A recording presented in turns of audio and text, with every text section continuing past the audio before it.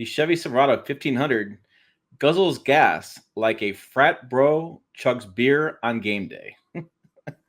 Hey, it's Tim. Pickup Truck Plus SUV Talk. There's this trend going around where you ask ChatGPT to roast you. I thought, maybe we'll roast me at the end of this. But I thought, let's talk about trucks. Let's see what the ChatGPT does for roasting full-size trucks. I'm doing all of them just for fun. This is a fun video.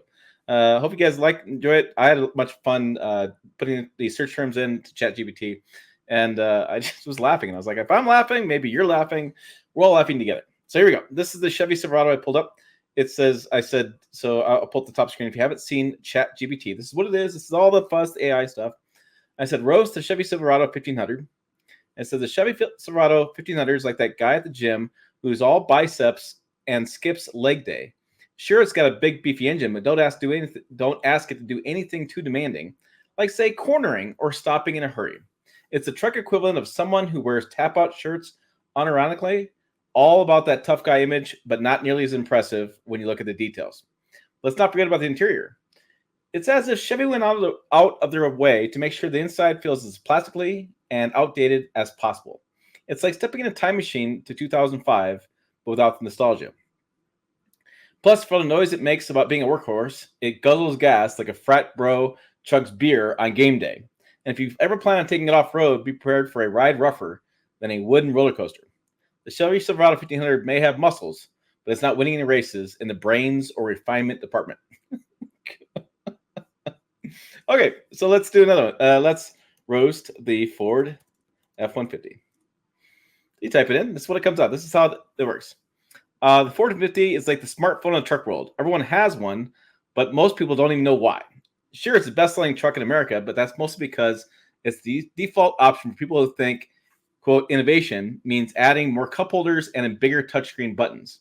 Ford loves to brag about the F-150's military-grade aluminum body, but let's be honest. They slapped a tough name with essentially the equivalent of a beer can. It's like putting a sticker that says NASA approved on your lawnmower. Cool story, bro, but we're not fooled. And let's talk about the EcoBoost engines. Ford would have you believe it's the future of truck engines, but in reality, it's just a fancy way of saying, quote, we made it smaller, gave it a turbo so you can brag about fuel efficiency while still spending half your paycheck at the pump.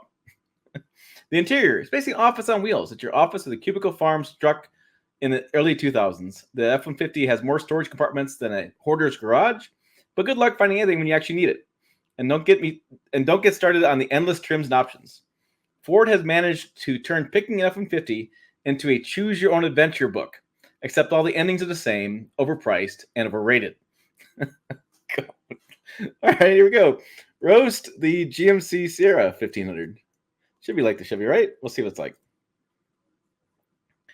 All right, so the GMC Sierra 1500 is like the Chevy Silverado's slightly better dressed cousin who thinks he's fancy because he wears a suit to family gatherings. But it's just the same old outfit with a different tie.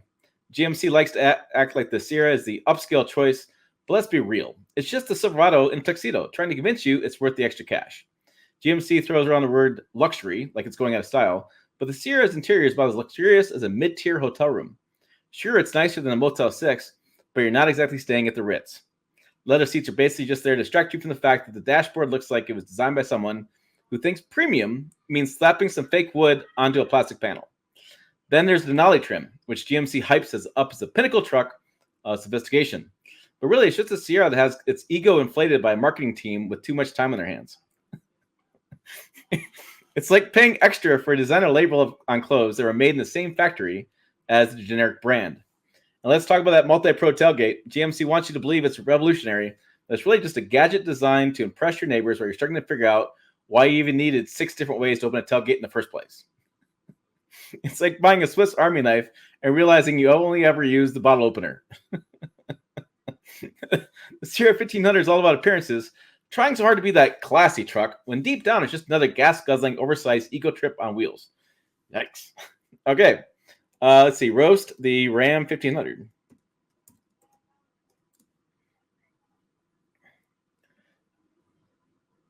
All right, here we go.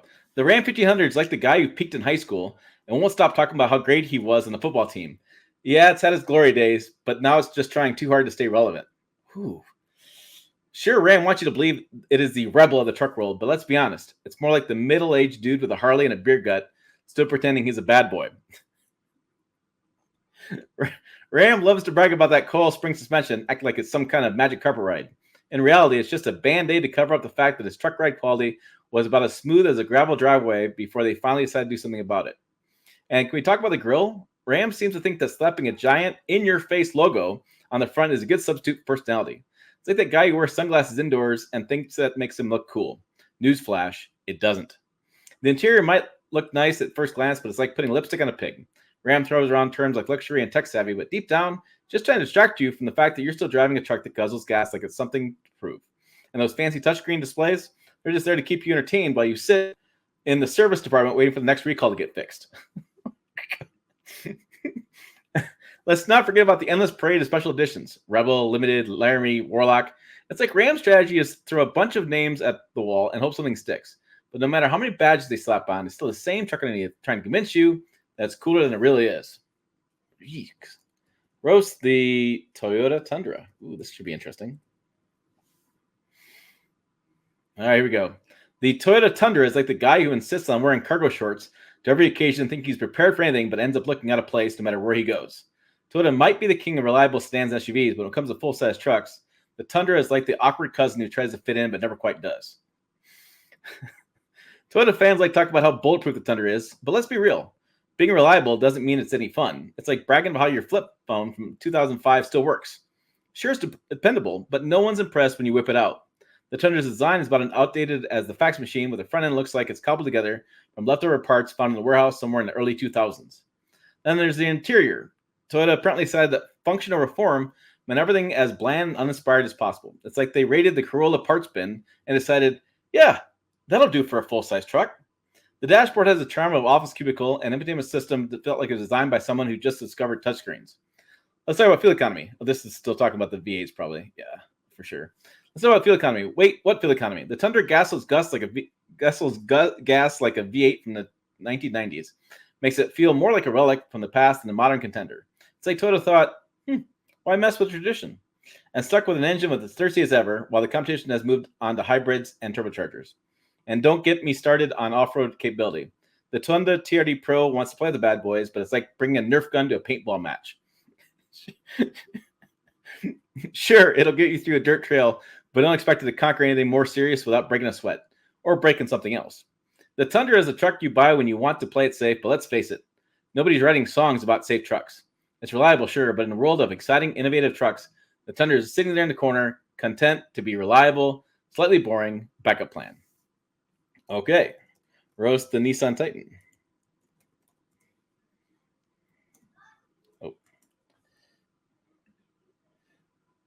Okay, the Nissan Titan's like the guy who shows up at a black tie event in a tuxedo t-shirt. He wants to be taken seriously, but everyone knows he's out of his league. Nissan might have thought they're making a Titan of the truck world, but in reality, they end up with something more like a mediocre at bestian. Nissan clearly wanted to make a truck that could compete with the big boys, but the Titan feels like it's a last-minute term paper, thrown together in a rush and hoping for a passing grade.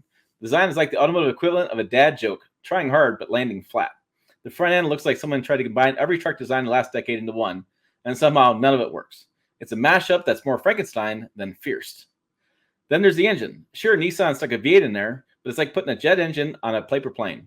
It's powerful, but in a way that feels totally mismatched with the rest of the package. The Titan drinks fuel like it's prepping for the apocalypse. While other trucks are refining their powertrains, the Titan's still chugging along like 2005. Step inside and you're greeted by an interior that is about as uninspired as it gets. Nissan seems to have missed the memo that truck buyers actually care about comfort and technology now. The cabin is a sea of cheap plastic and outdated controls, like a rental car from a decade ago. The infotainment system, let's just say you spend more time trying to figure out how to use it than actually enjoying it. Off-road capability? The Titan wants to play in the dirt, but it's more like a kid who's afraid to get his shoes dirty. You can handle a trail or two, but don't expect it to hang with the real off-roaders without needing a tow back to civilization. Yikes. When we talk about resale value, the Titan depreciates faster than a new phone after a software update. It's the truck equivalent of buying a new car and watching it lose half its value the second you drive it off the lot. Nissan Titan is like the guy who tries to join every conversation, but never quite knows what's going on. He's trying to be relevant in a segment full of heavyweights, By the end of the day, it's just another face in the crowd, struggling to keep up with the competition, keeps raising the bar. All right. And the last one we're going to do, we're going to say roast. This could be scary. Oh, boy. Roast Tim Esterdahl. Oh, boy. Okay. Okay, here we go. Tim Esterdahl is like the guy at the party who corners you with endless stories about his latest truck review, as if you don't already know what he's going to say. He's the guy who thinks every small detail in truck's design deserves a TED talk, when in reality, it's more like watching paint dry, slow and slightly painful. His passion for trucks is undeniable, but sometimes it feels like he's trying to turn a walk around the block into a cross-country road trip. You dissect the stitching of the truck seat like it's the cure for boredom. And if you dare to mention that maybe, just maybe, most people don't care about the intricacies of a tailgate design, they'll look at you as like you just insulted his firstborn. Tim's YouTube channel is where you go when you want to hear someone talk about trucks in the most excruciating detail, often while standing in the middle of nowhere, braving the elements like he's auditioning for a survival show. And don't get me started on his attempts at humor. It's like dad jokes met truck jargon and decided to have a cringeworthy love child. He's got a knack for turning the mundane into a monologue, and while his dedication is commendable, sometimes you just wish you'd just get the damn point. I guess I had damn in there. Instead of taking you a scenic journey through every minor detail that no one asked for. Tim's like the truck enthusiast who can't resist correcting everyone at the dealership, but forgets that not everyone shares his obsession with payload, capacity, and axle ratios. Okay. That was actually roasted me was pretty good. You guys who leave YouTube comments down below, you may want to take some notes from that. That was better than the comments you leave me about how, roasting me. So that was funny. Well, that's why I just want to put the video up for you guys today. I just thought it was funny. I just thought, what the heck, let's do something humorous on the Sunday. So let me know down below. Do you guys find it funny? Was it worth your time? I'd be curious your thoughts. Make sure you check out the videos over here. Website down below as well. Pickuptrucktalk.com. Check it out over there. As always, thanks for watching. I will see you down the road.